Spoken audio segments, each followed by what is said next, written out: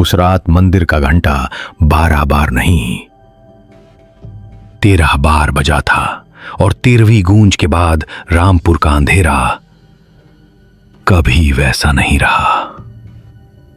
उत्तर भारत के पहाड़ों में बसा एक छोटा सा गांव रामपुर, जहां वक्त ठहर जाता है और कुछ कहानियां कभी नहीं मरती। यहां सदियों पुराना एक शिव मंदिर है जिसके बारे में कहा जाता है रात में वहां जाना मना है। जो गया कभी लौट कर नहीं आया।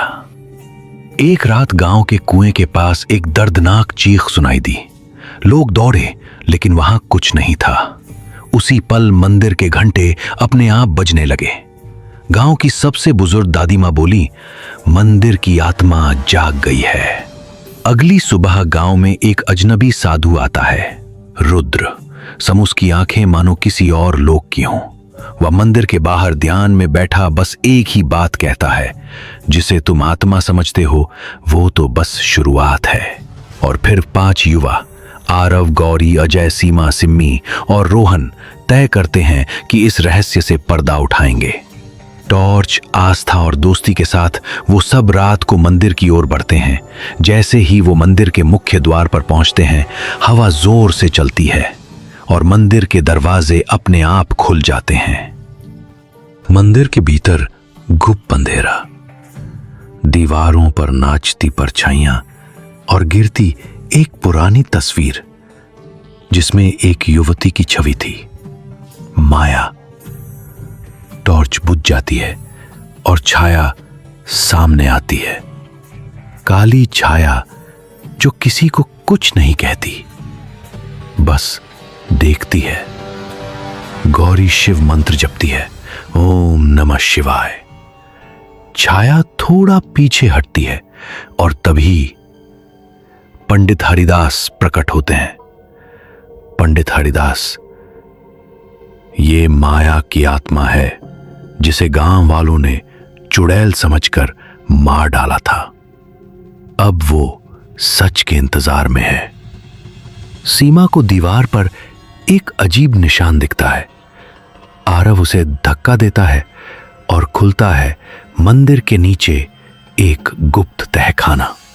वहां मिलती है माया की डायरी, उसकी टूटी माला और वो शब्द जो रुला देते हैं, अगर मेरी आत्मा को शांति मिली तो वो जागेगा।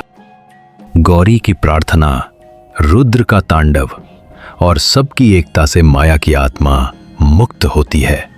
पर तभी मूर्ति से उठता है काला धुआं। मंदिर में कैद एक प्राचीन राक्षसी शक्ति अब आजाद हो चुकी है। वो कहती है, मैं वो शक्ति हूं जो तब जागती है जब इंसान डर नहीं नफरत पालता है। हर कोई बट जाता है। सिम्मी और रोहन तहखाने में फंसते हैं। अजय बेहोश हो जाता है। गौरी अकेली रह जाती है गर्भगृह में। वो शिवलिंग के सामने खड़ी होकर प्रार्थना करती है, हे भोलेनाथ, अपने भक्तों की रक्षा करो। शिवलिंग से तेज प्रकाश निकलता है। राक्षसी शक्ति जलने लगती है और उसी क्षण रुद्र प्रकट होते हैं।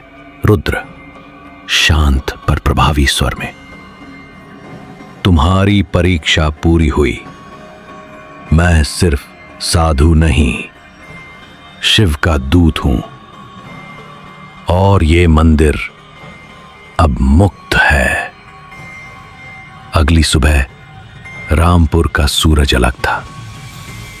मंदिर फिर से खुला, लेकिन अब वहां माया की मूर्ति भी थी। हर साल महाशिवरात्रि पर गांव वाले भी माया की आत्मा की शांति के लिए प्रार्थना कर रहे हैं।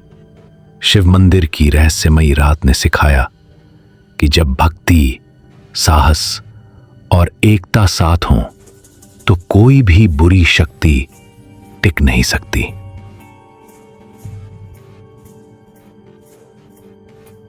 और ये कहानी हमें याद दिलाती है, हर अंधेरे में ही न कहीं एक शिव भी छिपा होता है।